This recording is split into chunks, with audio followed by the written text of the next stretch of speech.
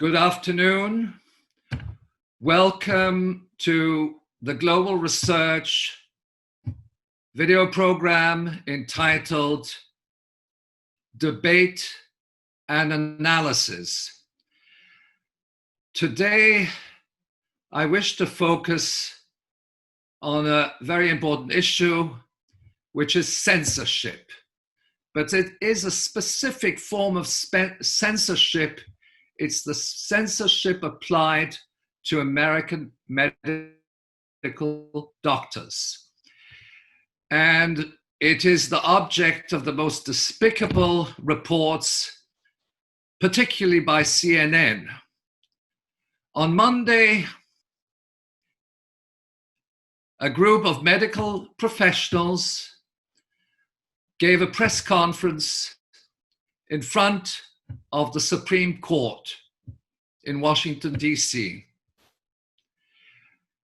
They raised a number of important issues concerning the treatment of COVID-19, including the treatment with what is called hydroxychloroquine, or HCQ, which is an effective and cheap medicine.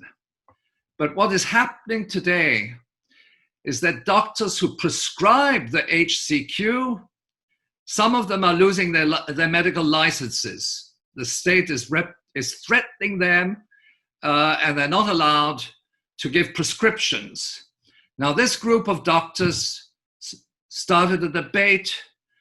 They were invited. There was a member of Congress who was present, and they expressed their viewpoint concerning COVID-19. They expressed their analysis on the treatment, and the issue of hydroxychloroquine was raised in the process. Bear in mind that the medical doctors are fully aware, and they use spider web of fear, that people are afraid to learn the truth, or at least the spider web of fear is actually a media campaign, a political campaign to intimidate people into believing certain things about COVID-19 and its treatment. Now, what is despicable, and we might describe it as dirty journalism or fake journalism, smearing the doctors who are there, and then saying, no, HCQ is a dangerous drug, okay? Now, categorically, they say HCQ is a dangerous drug, and that appears, of course, in CNN. Now, who is behind that? Well, I can tell you who is behind it. It's Anthony Fauci, who's an advisor to President Trump, even though he and Trump have disagreements on the policies pertaining to COVID-19. Now, let me say something else, because this is very important. The HCQ drug has been the object of a smear campaign. But not only that, it has been the object within the Lancet peer-reviewed journal, prestigious British medical journal, of an analysis. It was directed by a professor from Harvard University, and it used fake data. Thousands of fake data in different countries were inserted into this simulation, coming up with a conclusion that HCQ is a threat to people's health. It was subsequently revealed, that was on May 22nd.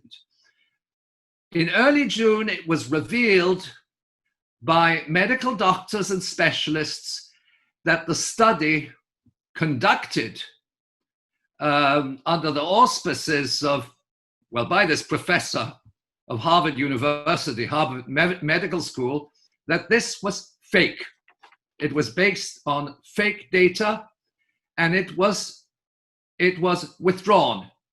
It was retracted.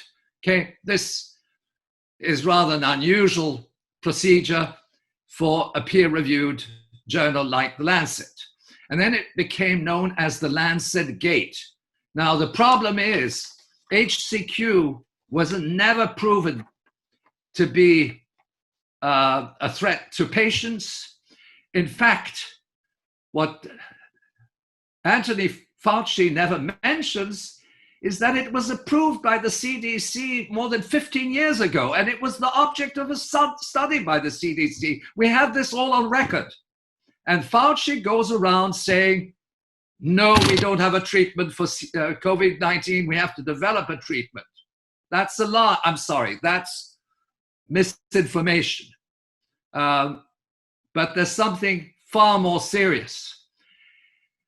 When the HCQ report in the Lancet was published, its author apologized. And he said, essentially, what he said is the following. I'll read it to you.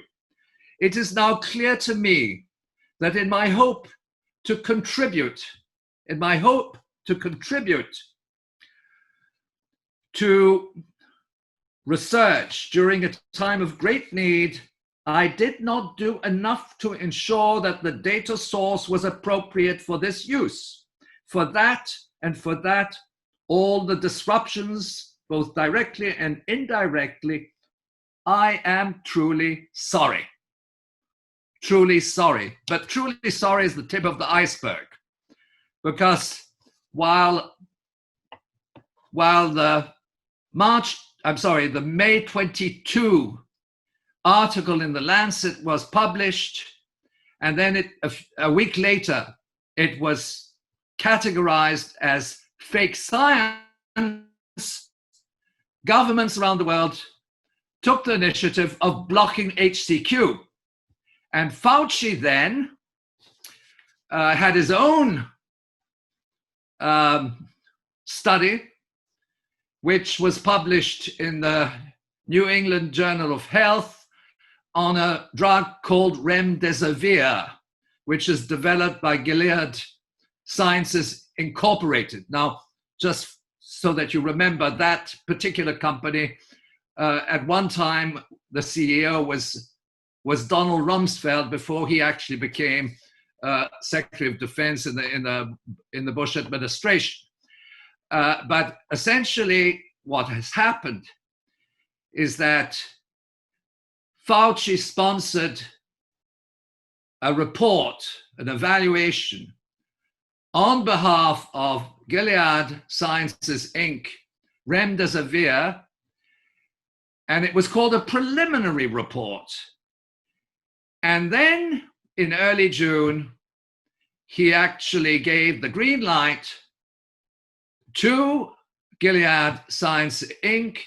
in a $1.6 billion contract with Gilead Sciences Incorporated to distribute something of the order of 500,000 doses of remdesivir to clinics in the United States. And then there was another contract in Europe under a different brand name. But essentially, this blocking of HCQ quite deliberately by Dr. Anthony Fauci, who is advisor to President Trump, is, to put it mildly, conflict of interest. In other words, you can't, on the one hand, block a medicine which is cheap and is effective and which has been approved by the CDC years back, and then go ahead and give the green light to Gilead Sciences, Inc. to sell a drug which incidentally will cost patients $3,200, okay? $3,200 per patient. So that is the underlying truth, and what the media has done is pretty despicable, because they've never acknowledged the fact that the Lancet report was retracted and that it was fake. It was based on fake data, and then they go ahead and they accuse American medical doctors of presenting fake science and fake medicine, and they actually even question their credentials. And then, of course, YouTube takes the video off. I put the video up last night, and then later in the evening it was off, and then again another video. In other words, Facebook, Twitter, and YouTube have taken down the video, and then the corporate media has gone into overdrive, not only to deny the treatment of HCQ, but to smear the doctors. They didn't even take the trouble to do an interview with these doctors. So that is what's happening in America.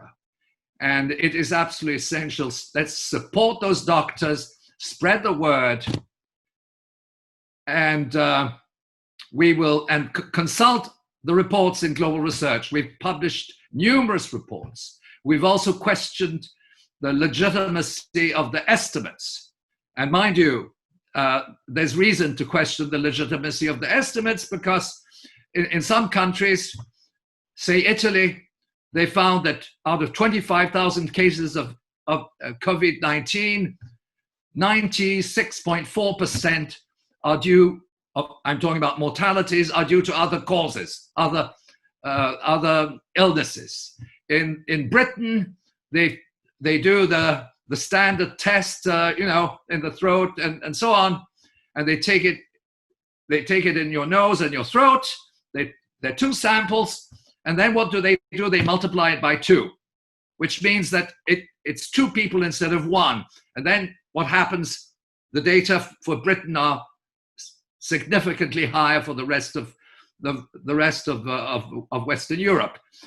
These are only some of the falsifications underlying this COVID-19, and what American doctors, thousands of American doctors, are attempting to do is to reassure the public that this can be treated effectively and cheaply, and it in the form of preventive medicine and curative medicine, and that people in high office, including Fauci himself, is spreading media disinformation.